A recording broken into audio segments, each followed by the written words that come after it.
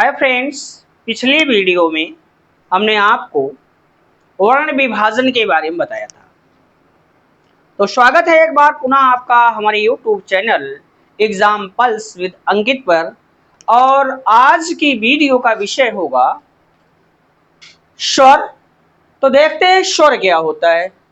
पिछली वीडियो में वर्ण विभाजन जब किया गया था उसमें आपको बताया गया था कि स्वर, व्यंजन और अन्य जब हम 52 होते हैं, हिंदी में मूलतः वर्णों की कुल संख्या 52 है और इन 52 के अध्ययन को आसान बनाने के लिए इन 52 वर्णों को 3 भागों में विभाजित किया गया है। स्वर, व्यंजन, अन्य। स्वरों की संख्या कितनी बताई गई थी? 11। व्यंजनों की संख्या कितनी बताई थी? 33। और अन्य की संख्या बताई गई थी 8। 8 में 4 संयुक्त व्यंजन, 2 उत्क्षिप्त व्यंजन, 1 अनुस्वार और 1 विसर्ग। तो अब यहां आज की जो वीडियो होगी उसका जो विषय होगा वो होगा पार्ट ए, स्वर। तो देखते हैं स्वर क्या होता है। स्वर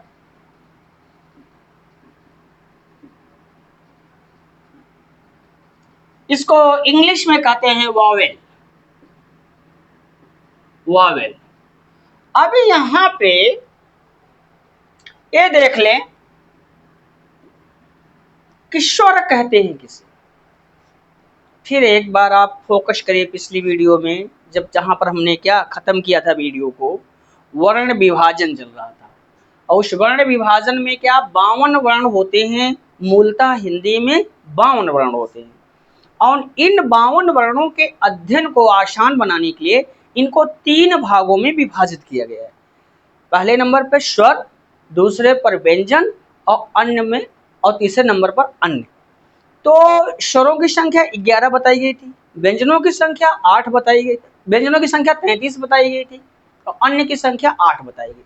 अब हम देखेंगे स्वर क्या होता है। ठीक, तो पहले इसको परिभाषित कर, इसकी परिभाषा क्या कहती है। ठीक, इसकी परिभाषा क्या, जरा इसको देख लेते हैं। ठीक, परिभाषा। अब ये परिभाषा क्या कहती है। ठीक, परिभाषा स्वर की ये है, जिन वर्णों का उच्चारण बिना किसी अन्य वर्ण की सहायता के होता है उन्हें स्वर कहते हैं। इसका यह मतलब हुआ कि स्वर एक ऐसे वर्ण होते हैं जिनके उच्चारण में किसी अन्य वर्ण की आवश्यकता नहीं पड़ती। ये स्वतः अपने आप उच्चारित होते हैं। इनके उच्चारण में किसी अन्य वर्ण की कोई आवश्यकता नहीं पड़ती। अथवा ऐसे भी कह सकते हैं, स्वर ऐसे वर्ण होते हैं जो स्वतंत्र रूप से उच्चारित होते हैं, या स्वर ऐसे वर्ण होते हैं जिनके उच्चारण में कोई अवरोध उत्पन्न नहीं होता है। समझ में बातें आ गई होगी। ठीक, स्वर। अब कोई अगर आपसे पूछ दे कि स्वर क्या है, स्वर किसे कहते हैं, तो आपके दिमाग में बात होनी चाहिए, स्वर ऐसे वर्ण होते हैं जिनके उच्चारण में किसी अन्य वर्ण की कोई सहायता नहीं लेनी पड़ती है, ये स्वतः उच्चारित होते हैं। अब देखें, हिंदी में जो स्वरों की संख्या है वो 11 है। कितनी है? 11 है। वो है कौन? अ, आ, इ, ई, उ, ऊ और री। ए, आई, ओ और औ। ए। हिंदी में स्वरों की कुल संख्या 11 है। अ, ई, उ, री, ए, ओ, औ। अब यहां पर इंपॉर्टेंट चीज जो एग्जाम में पूछी जाती, अक्सर पूछ लेता है। ठीक, हिंदी में स्वरों की संख्या तो 11 है लेकिन मात्राओं की संख्या 10 है। कितनी संख्या? मात्राओं की संख्या 10 है। ये पूछ लेता है एग्जाम में कि हिंदी में मात्राओं की संख्या कितनी है। तो 11 स्वर हैं लेकिन मात्राओं की संख्या 10 है। कौन सा ऐसा स्वर है जिसकी अलग से कोई मात्रा नहीं होती? तो याद रखिए, आ।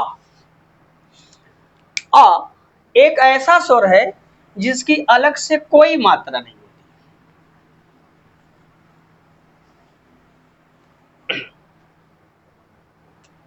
ए आ, इसकी कोई मात्रा नहीं होती। तो स्वरों की संख्या है 11, मात्राओं की संख्या कितनी? 10। कौन सा ऐसा स्वर है जिसकी अलग से कोई मात्रा नहीं होती? तो लघु आ। यहां तक आपकी बात समझ में आ गई होगी। अब देखते हैं कि चलो स्वर तो जान लिया, लेकिन अब यहां पे एक प्रॉब्लम क्रिएट हो रहा है कि मात्रा किसे कहते हैं। मात्रा किसे कहते हैं, आइए मात्रा को जानते हैं। हिंदी में स्वरों की कुल संख्या 11, मात्राओं की संख्या 10। केवल आ एक ऐसा स्वर जिसकी कोई मात्रा नहीं होती है। अब यहाँ पे बात आ रही है कि मात्रा किसे कहते हैं। ये मात्रा क्या है, मात्रा किसे कहते हैं, तो इसकी क्या परिभाषा हो सकती है। तो ये इसकी परिभाषा ले लेते हैं। ठीक, मात्रा का संबंध काल से है। मात्रा का संबंध, मात्रा का संबंध संबंध काल से है, काल से है। मात्रा का संबंध काल से है। काल का वह अंश, काल का वह अंश, वह अंश, वंश जो किसी वर्ण के उच्चारण में, जो किसी वर्ण, किसी वर्ण के उच्चारण में, के उच्चारण में, उच्चारण में लगता है, में लगता है, उसे मात्रा कहते हैं, उसे मात्रा कहते हैं। यह मात्रा कहलाती है। अब समझिए, मात्रा का संबंध काल से, काल का मतलब ड्यूरेशन होता है, टाइम। मात्रा का संबंध काल से है। काल का वह अंश जो किसी वर्ण के उच्चारण में लगता है उसे मात्रा कहते हैं। अगर छोटी परिभाषा देखें, इसकी एक छोटी परिभाषा, किसी वर्ण के उच्चारण अवधि को, जैसे कोई वर्ण है, कोई वर्ण जितनी देर में उच्चारित होता है उसके उच्चारण में जो समय लगता है उसी को मात्रा कहते हैं। किसी वर्ण की उच्चारण अवधि को मात्रा कहते हैं। अब आपने देखा स्वर, हिंदी में स्वरों की संख्या 11 है, मात्राओं की संख्या 10 है। केवल आ एक ऐसा स्वर है जिसकी अलग से कोई मात्रा नहीं होती। अब मात्रा क्या है आपने जान लिया। मात्रा का संबंध काल से, काल का वह अंश जो किसी वर्ण के उच्चारण में लगता है उसे हम मात्रा कहते हैं, अथवा ऐसे भी कह सकते हैं किसी वर्ण की उच्चारण अवधि को मात्रा कहते हैं। अब देखेंगे स्वर और उनकी मात्राएं।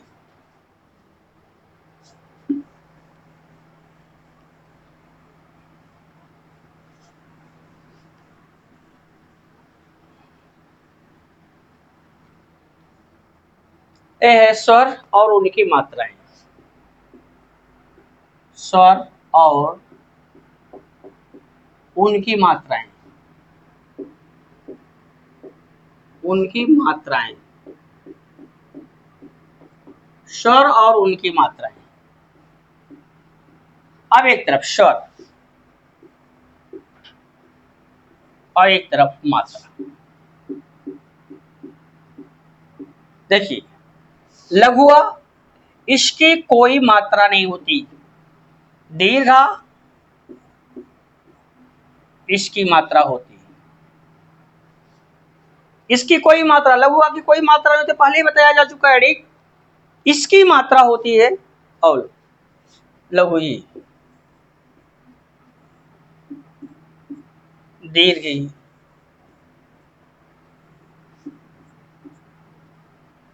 लघु ऊ, दीर्घ ऊ।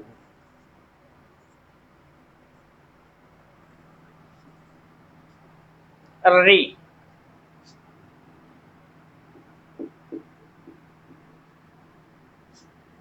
री, ए, ऐ, ऐ, ओ,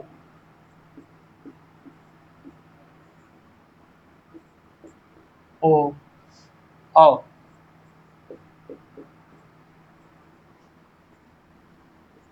औ।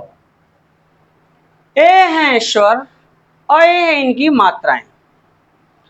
तो हिंदी में स्वरों की संख्या 10 है, मात्राओं की संख्या हिंदी में स्वरों की संख्या 11 है, मात्राओं की संख्या 10 है। आ एक ऐसा स्वर है जिसकी अलग से कोई मात्रा नहीं होती। मात्रा क्या है आपने जान लिया। मात्रा अगर छोटी परिभाषा देखें तो किसी वर्ण की जो उच्चारण अवधि होती है उसी को हम मात्रा कहते हैं। अर्थात कोई वर्ण जितनी देर में उच्चारित होता है उसके उच्चारण में जो समय लगता है वही मात्रा है।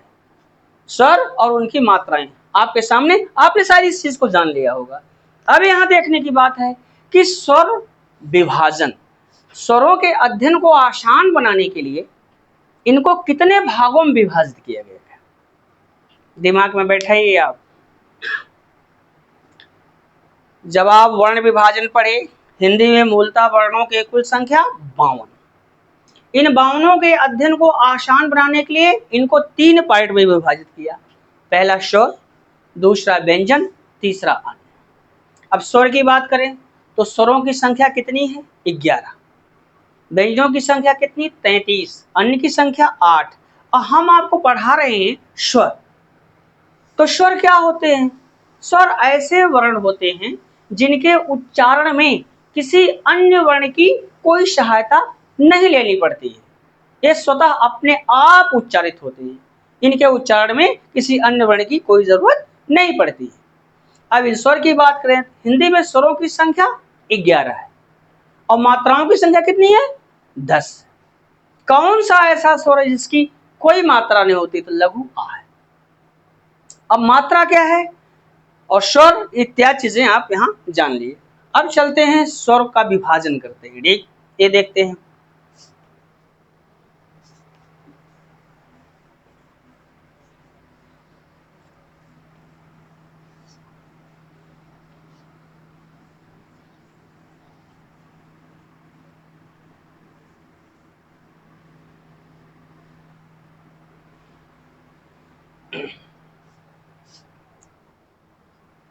स्वर विभाजन,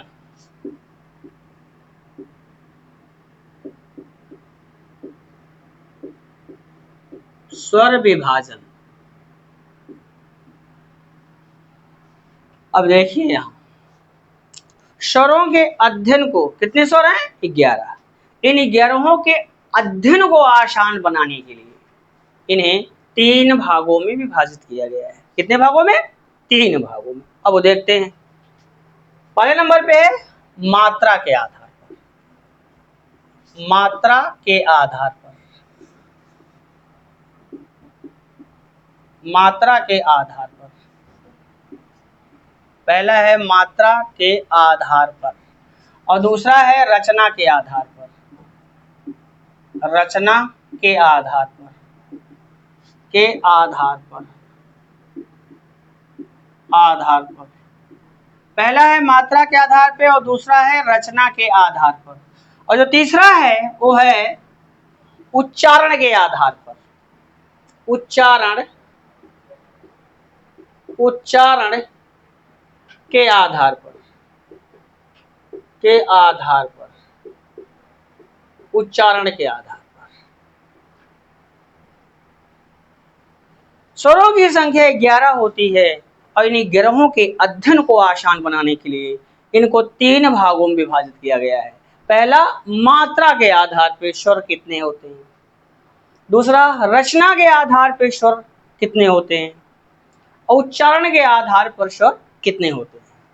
तो याद रखो, 3 पार्ट में स्वरों के अध्ययन को आसान बनाने के लिए हम इन्हें 3 पार्टों में विभाजित कर दिए हैं। पहला मात्रा के आधार पे, दूसरा रचना के आधार पे और तीसरा उच्चारण के आधार पे। आइए पहले को देखते हैं, मात्रा के आधार पे।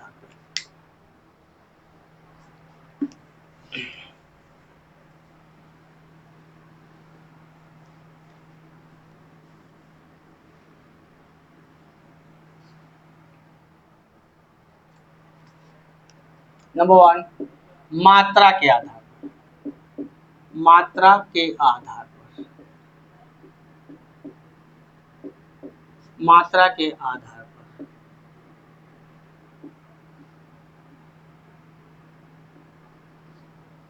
पहला है मात्रा के आधार पर। तो मात्रा के आधार पर स्वरों को 3 भागों में विभाजित किया गया है। मात्रा के आधार पर स्वरों को 3 भागों में विभाजित किया गया है। देख लेते हैं कौन कौन।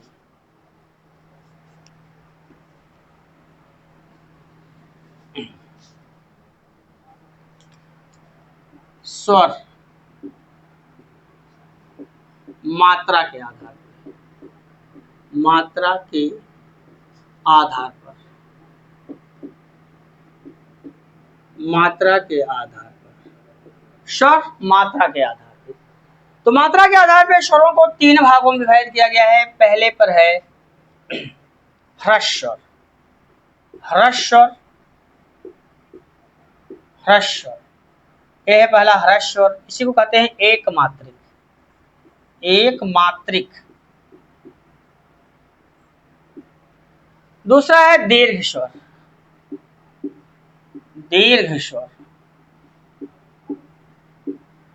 दीर्घ स्वर।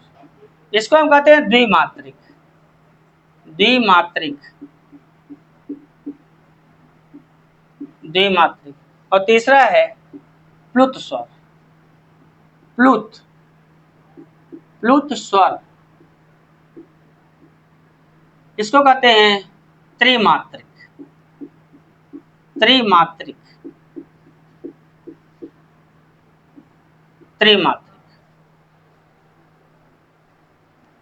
अब यहां देखिए आप स्वर मात्रा के आधार पे। तो मात्रा के आधार पे स्वरों को 3 भागों में विभाजित किया गया। एग्जाम में पूछ लिया मात्रा के आधार पर स्वरों को कितने भागों में विभाजित किया गया है। तो मात्रा के आधार पर स्वरों को 3 भागों में विभाजित किया गया है। पहले नंबर पर ह्रस्व स्वर, दूसरे नंबर पर दीर्घ स्वर और तीसरे नंबर पर प्लुत स्वर। ह्रस्व स्वर को क्या कहते हैं? एक मात्रिक स्वर। दूसरे नंबर पर दीर्घ स्वर को क्या बोलते हैं? द्विमात्रिक स्वर। और तीसरे नंबर पे जो है प्लुत स्वर, उसको क्या बोलते हैं? त्रिमात्रिक। तो आइए अब देखते हैं कि ह्रस्व स्वर क्या है, इसके बारे में जानते हैं।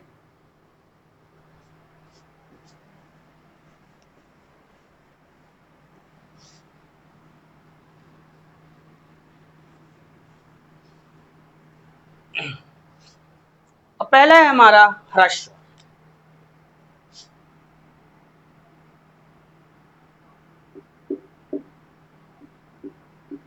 ह्रस्व स्वर। अब याद देखिए, ह्रस्व स्वर की एक परिभाषा ले तो परिभाषा इसकी कहती है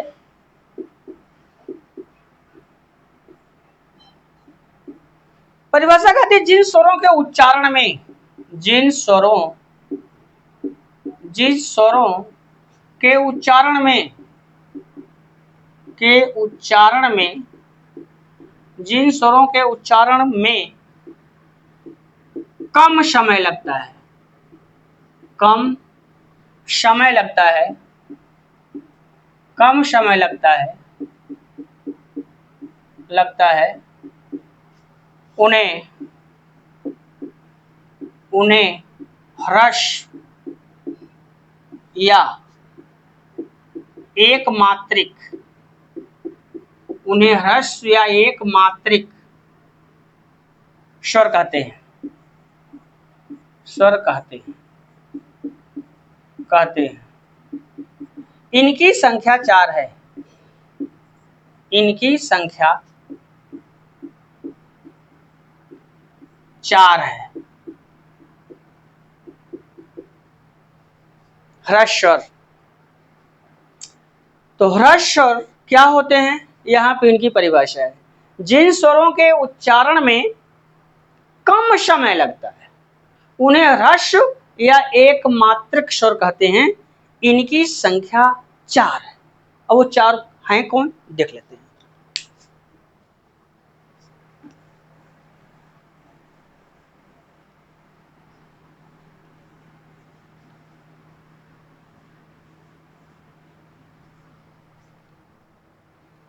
ह्रस्व स्वर,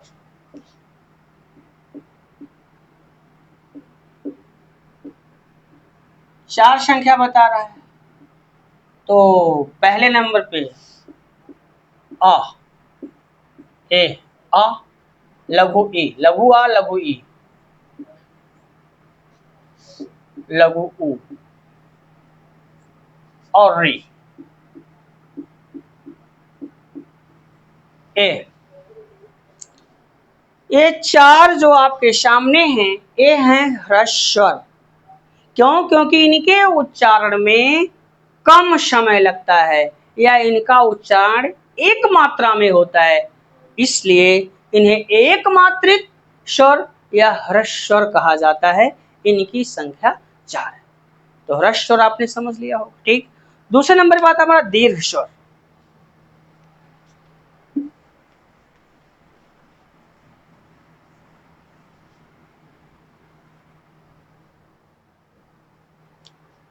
हमारा दूसरा है दीर्घ स्वर। दीर्घ स्वर, अब इनको परिभाषित कर लेते हैं। इनके लिए लेते हैं परिभाषा। ये परिभाषा है। परिभाषा क्या कहती है? जिन स्वरों के उच्चारण में ह्रस्व का 2 गुना अधिक समय लगता है, जिन स्वरों के उच्चारण में ह्रस्व का 2 गुना अधिक समय लगता है, उन्हें दीर्घ या द्विमात्रिक स्वर कहते हैं। इनकी संख्या 7 है। कितनी संख्या बता रहा है? 7। अब आप समझिए फिर दीर्घ स्वर क्या होते हैं? जिन स्वरों के उच्चारण में ह्रस्व का 2 गुना अधिक समय लगता है, उन्हें दीर्घ स्वर कहते हैं। इनकी संख्या कितनी है? 7 है। आइए देखते हैं कौन कौन। या अगर इनकी परिभाषा आप नोट करना चाहते हैं तो ऐसे नोट कर सकते हैं। जिन स्वरों के उच्चारण में, जिन स्वरों के उच्चारण में ह्रस्व का 2 गुना अधिक समय लगता है, 2 गुना अधिक समय लगता है, अधिक समय लगता है, उन्हें दीर्घ या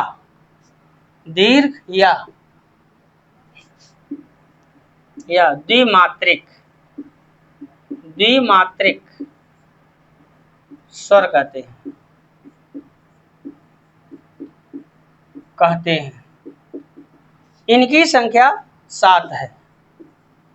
इनकी संख्या 7 है।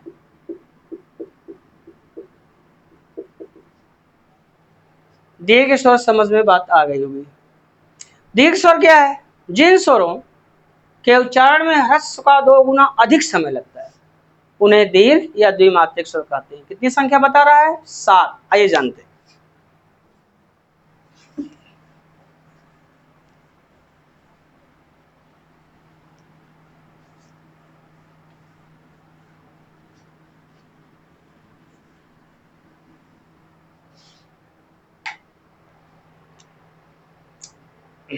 दीर्घ स्वर,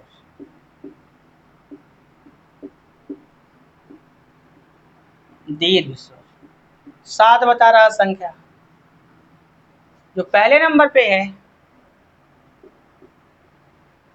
दीर्घ आ, दीर्घ ई, दीर्घ ऊ,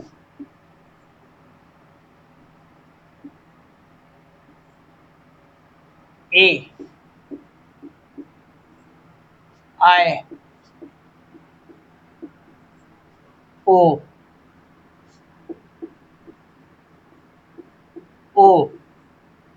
आओ, ए 7। ये हमारे सामने, आपके सामने जो है दीर्घ स्वर। इनकी संख्या कितनी है? 7। आई होप यहाँ आप समझ लिए होंगे, कोई समस्या तो नहीं होगी समझने में, ठीक। 7 है। आप पढ़ रहे हैं स्वर मात्रा के आधार पर, तो मात्रा के आधार पर स्वरों को कितने भागों में विभाजित किया गया है? 3 भागों में, ह्रस्व, दीर्घ, प्लुत। और आप पढ़े इसके पहले ह्रस्व, कितनी संख्या? 4। और अभी आप पढ़ रहे हैं दीर्घ स्वर, कितनी संख्या? 7। अब चलते हैं प्लुत स्वर की तरफ।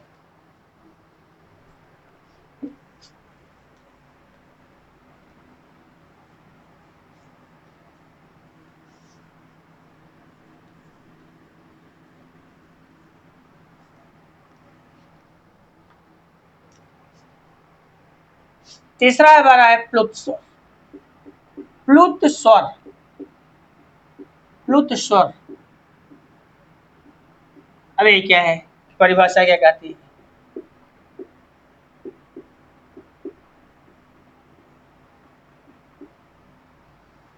जिन स्वरों के उच्चारण में, जिन स्वरों के उच्चारण में, जिन स्वरों के उच्चारण में ह्रस्व का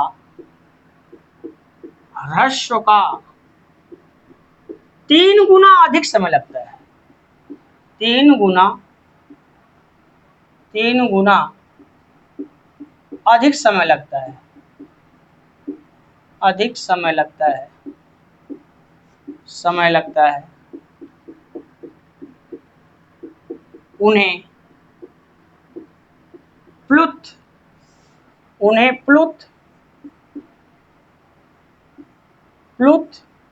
या त्रिमात्रिक स्वर कहते हैं, त्रिमात्रिक स्वर कहते हैं। अब ये प्लुत स्वर, जिन स्वरों के उच्चारण में ह्रस्व का 3 गुना अधिक समय लगता है, उन्हें प्लुत या त्रिमात्रिक स्वर कहते हैं। इनका प्रयोग संस्कृत में होता है, हिंदी में नहीं, याद रखने वाली बात। इनका प्रयोग संस्कृत में होता है, हिंदी में नहीं। इनका कोई चिन्ह भी नहीं होता है। इनका प्रतीक, प्रतीक का मतलब होता है चिन्ह। इनका प्रतीक हिंदी गिनती के 3 की तरह होता है। इनका प्रयोग रोने, गाने, चिल्लाने तथा दूर से पुकारने में होता है। फिर समझिए प्लुत स्वर को। जिन स्वरों के उच्चारण में ह्रस्व का 3 गुना अधिक समय लगता है, उन्हें प्लुत स्वर कहते हैं। इनका प्रयोग संस्कृत में होता है, हिंदी में नहीं होता, और इनका कोई चिन्ह भी नहीं होता है। इनका प्रतीक हिंदी गिनती के 3 की तरह होता है। इनका प्रयोग रोने में, जब कोई रोता है, जब कोई गाता है, गाने में, रोने में, चिल्लाने में, जब कोई चिल्लाता है, ठीक, या जब कोई किसी को कोई किसी को दूर से पुकारता है, तो इनका प्रयोग रोने, गाने, चिल्लाने तथा दूर से पुकारने इत्यादि में होता है। जैसे यहाँ देखें एग्जाम्पल, ठीक।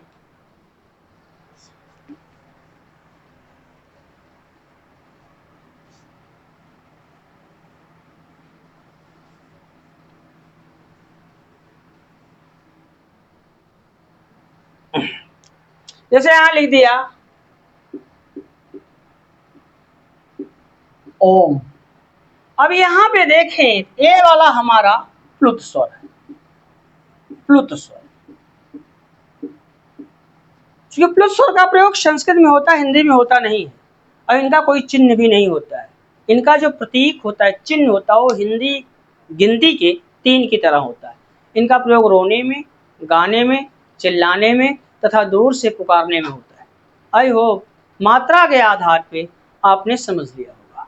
फिर समझिए, अब जब स्वर पढ़ने गए आप, तो स्वरों को 3 भागों में विभाजित किया गया।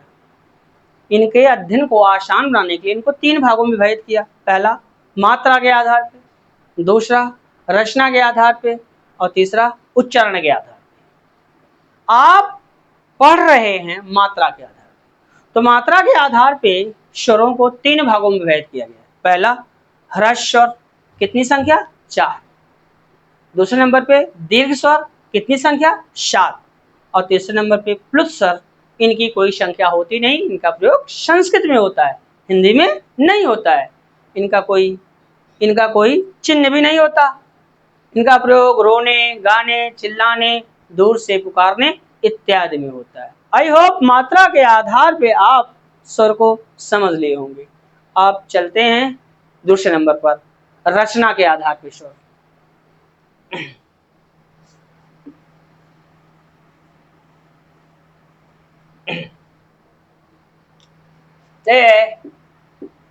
स्वर दूसरा हमारा रचना के आधार पर,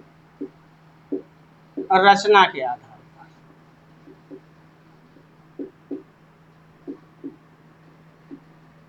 रचना के आधार पर। तो देखो,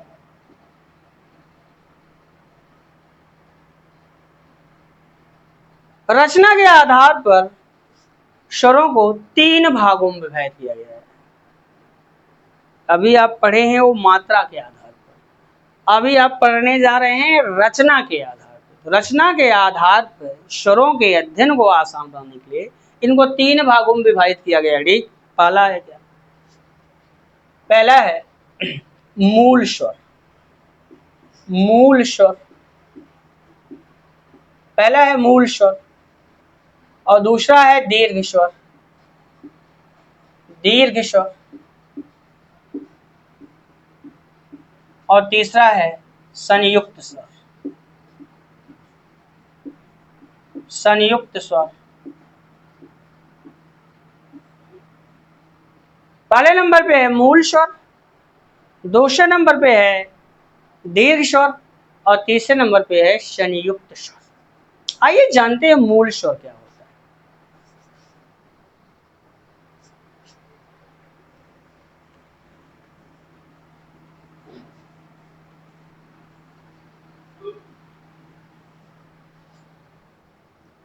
नंबर 1, मूल स्वर।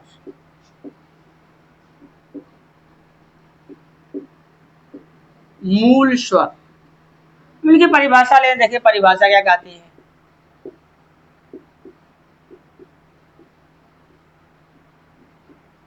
जिन स्वरों का निर्माण, जिन स्वरों जिन स्वरों का निर्माण जिन स्वरों का निर्माण किसी अन्य स्वर के, किसी अन्य स्वर किसी अन्य स्वर के योग से न होकर स्वयं में मूल होता है। मूल होता है, मूल होता है, उन्हें मूल स्वर कहते हैं। मूल स्वर कहते हैं, उन्हें मूल स्वर कहते हैं। इनकी संख्या इनकी संख्या 4 है। अब ये समझिए, आप स्वर पढ़ रहे हैं रचना के आधार पर, तो रचना के आधार पर स्वरों को 3 भागों में विभाजित किया गया है। पहले नंबर पे है मूल स्वर, दूसरे पर है दीर्घ स्वर, और तीसरे पर है संयुक्त स्वर। अब हम पढ़ रहे हैं क्या? मूल स्वर। तो मूल स्वर होता क्या है? अब यहां देखिए, कहता है जिन स्वरों का निर्माण किसी अन्य स्वर के योग से ना होकर स्वयं में मूल होता है, उन्हें मूल स्वर कहते हैं। इनकी संख्या कितना बता रहा है? 4। अर्थात ऐसे स्वर जिनके निर्माण में किसी और स्वर की आवश्यकता नहीं पड़ती, अर्थात ऐसे स्वर जो अपने निर्माण में किसी अन्य स्वर की कोई मदद नहीं लेते, बल्कि स्वयं में क्या होते हैं? मूल होते हैं, उन्हें मूल स्वर कहते हैं। इनकी संख्या कितनी बता रहा है? 4। आइए देखते हैं।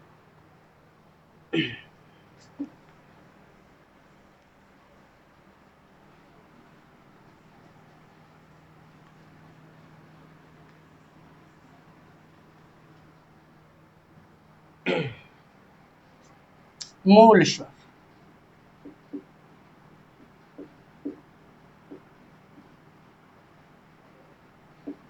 मूल स्वर 4 है, संख्या बता रहा। लघु आ, लघु ई, लघु उ और री। याद, यह है हमारे मूल स्वर। अर्थात मात्रा के आधार पर जो ह्रस्व स्वर थे वही रचना के आधार पर मूल स्वर होते हैं। रचना के आधार पे पूछ लिया मूल स्वरों की संख्या कितनी है, ठीक, तो याद रखिए रचना के आधार पे मूल स्वरों की संख्या 4 है। आई होप ये बात समझ में आपके आ गई होगी। अब बढ़ लेते हैं दीर्घ स्वर की तरफ। दीर्घ स्वर क्या होता है? आप रचना के आधार पे स्वर पढ़ रहे हैं, इसके पहले आप मात्रा के आधार पे पढ़ चुके हैं। मात्रा के आधार पे 3 पार्ट में क्या डिवाइड है स्वर। पहला ह्रस्व स्वर, दूसरा दीर्घ स्वर, तीसरा प्लुत स्वर। और यहाँ पढ़ रहे हैं रचना के आधार पे। रचना के आधार पे भी स्वर 3 पार्ट में डिवाइड है। पहला मूल स्वर, दूसरा दीर्घ स्वर, तीसरा संयुक्त स्वर। आइए देखते हैं दीर्घ स्वर।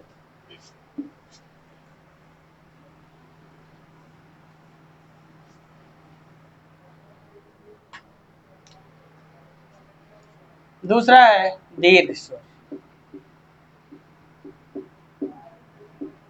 दीर्घ स्वर, अब पहले लेते हैं इनकी परिभाषा। परिभाषा क्या कहती है जरा देखते हैं। इनकी परिभाषा क्या कह रही है? परिभाषा कहती है जिन स्वरों जिन स्वरों जिन स्वरों का निर्माण जिन स्वरों का निर्माण दो समान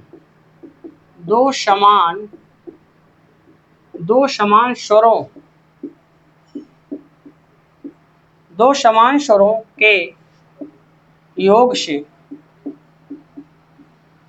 होता है, योग से मिलकर होता है, ऐसे कहते हैं मिलकर होता है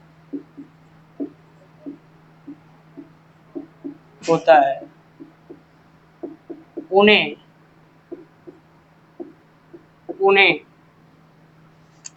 दीर्घ स्वर कहते हैं। दीर्घ स्वर कहते हैं। इनकी संख्या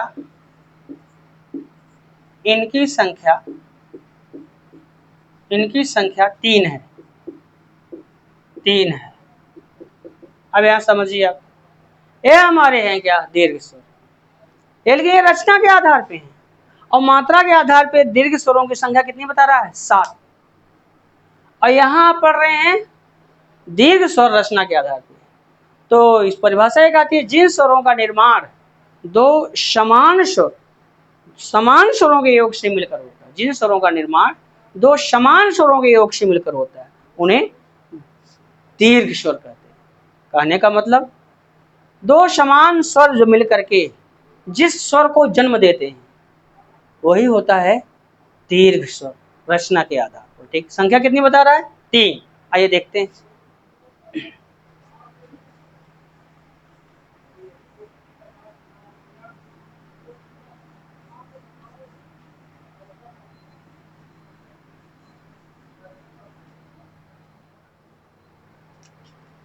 दीर्घ स्वर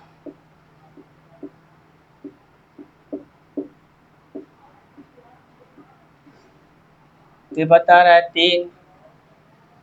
पहले नंबर पे है दीर्घ आ, दूसरे नंबर पे है दीर्घ ई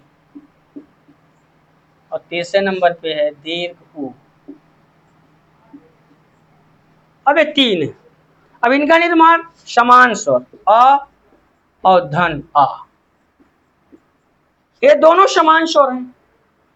इन दोनों समान स्वरों का जब मिलन होता है इनके मिलन से एक स्वर निर्मित होता है। तो परिभाषा ये कहती है जिन स्वरों का निर्माण दो समान स्वरों के योग से मिलकर होता है उन्हें दीर्घ स्वर कहते हैं। ठीक, अब यहाँ ई का देखें तो ई धन ई, दो समान स्वर लघु ई मिलकर के इसका निर्माण कर रहे हैं। ठीक, दो समान स्वर, इसको देख लेते हैं, उ धन उ, दो समान स्वर। अब यहाँ देखें, इन दोनों में समानता है, इनका निर्माण हुआ, इन दोनों में समानता है, इनका निर्माण हुआ, इन दोनों में समानता है, इनका निर्माण हुआ। तो याद रखिए, दीर्घ स्वर आप रचना के आधार पर पढ़ रहे हैं, और रचना के आधार पर दीर्घ स्वरों की संख्या कितनी है? 3। अब चलते हैं, मोस्ट इंपॉर्टेंट जो है संयुक्त स्वर, उसको देखते हैं।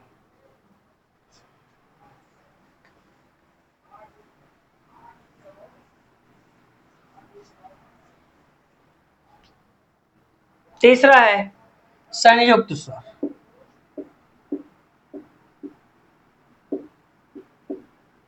संयुक्त स्वर, इसकी परिभाषा क्या कहती है, जरा देखते हैं। इसकी परिभाषा क्या कहती है, इसको देख लेते हैं। परिभाषा कहती है कि जिन स्वरों का निर्माण, जिन स्वरों का निर्माण दो भिन्न भिन्न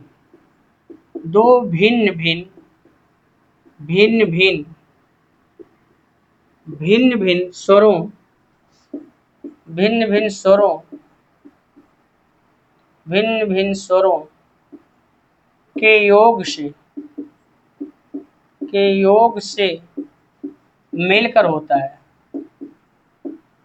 उन्हें संयुक्त स्वर कहते हैं। उन्हें संयुक्त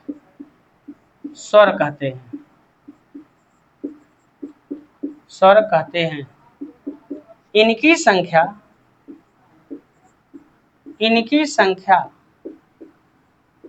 4 है। देखिए, संयुक्त स्वर बहुत इंपॉर्टेंट है, सब बहुत एग्जाम में पूछा जाता है, बार बार एग्जाम में पूछा जाता है। कहता है जिन स्वरों का निर्माण दो भिन्न स्वरों के योग से मिलकर होता है, उन्हें संयुक्त स्वर कहते हैं। अर्थात ऐसे स्वर जिनके निर्माण में दो भिन्न स्वर आपस में मिलते हैं। जब दो भिन्न स्वर आपस में मिलते हैं और जिस स्वर का निर्माण करते हैं, उन्हें हम कहते हैं संयुक्त स्वर। संख्या कितनी बता रहा है? 4। आइए देखते हैं।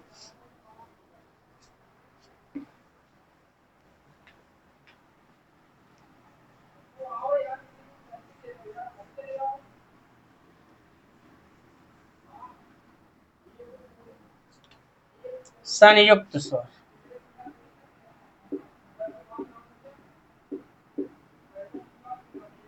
संयुक्त स्वर 4 बता रहा संख्या। ए,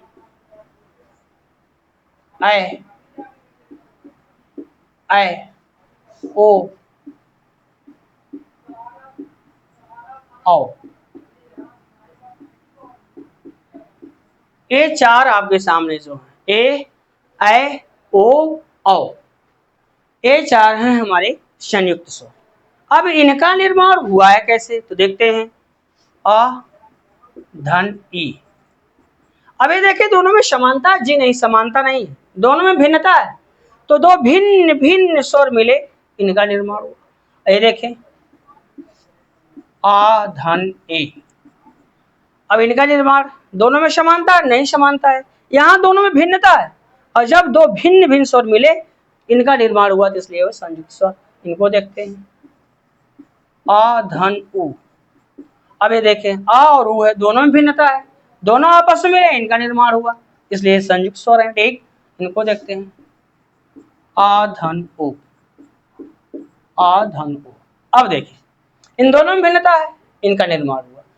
तो संयुक्त स्वर बहुत इंपॉर्टेंट है, बहुत बार इनसे क्वेश्चन पूछा गया है। ठीक, तो समझिए, संयुक्त स्वर ऐसे स्वर होते हैं जिनके निर्माण में दो भिन्न स्वर आपस में मिलते हैं। जब दो भिन्न स्वर आपस में मिलते हैं और मिल करके जिस स्वर का निर्माण करते हैं, वो होता है हमारा संयुक्त स्वर। कितनी संख्या है?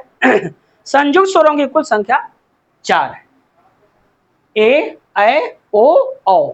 ए का निर्माण कैसे हुआ? अ धन ई से, दोनों में भिन्नता है। इनका निर्माण कैसे हुआ? आ धन ए से, दोनों में भिन्नता है। इनका निर्माण कैसे हुआ? आ धन ऊ से दोनों में भिन्नता है। उनका निर्माण कैसे हुआ? आ धन ओ से दोनों में भिन्नता है। आज की वीडियो में बस इतना ही। मिलते हैं आपसे अगली वीडियो में, तब तक के लिए विदा। जय हिंद। चलते चलते आपसे एक रिक्वेस्ट, अगर वीडियो पसंद आए तो लाइक और दोस्तों के साथ शेयर जरूर कीजिए। अगर आप चैनल पर नए हैं तो चैनल को सब्सक्राइब करना ना भूलें और बेल को भी हिट कीजिए, ताकि मेरी आने वाली हर वीडियो आप तक समय पर पहुंचती रहे। Best of luck. मिलते हैं अगली वीडियो में।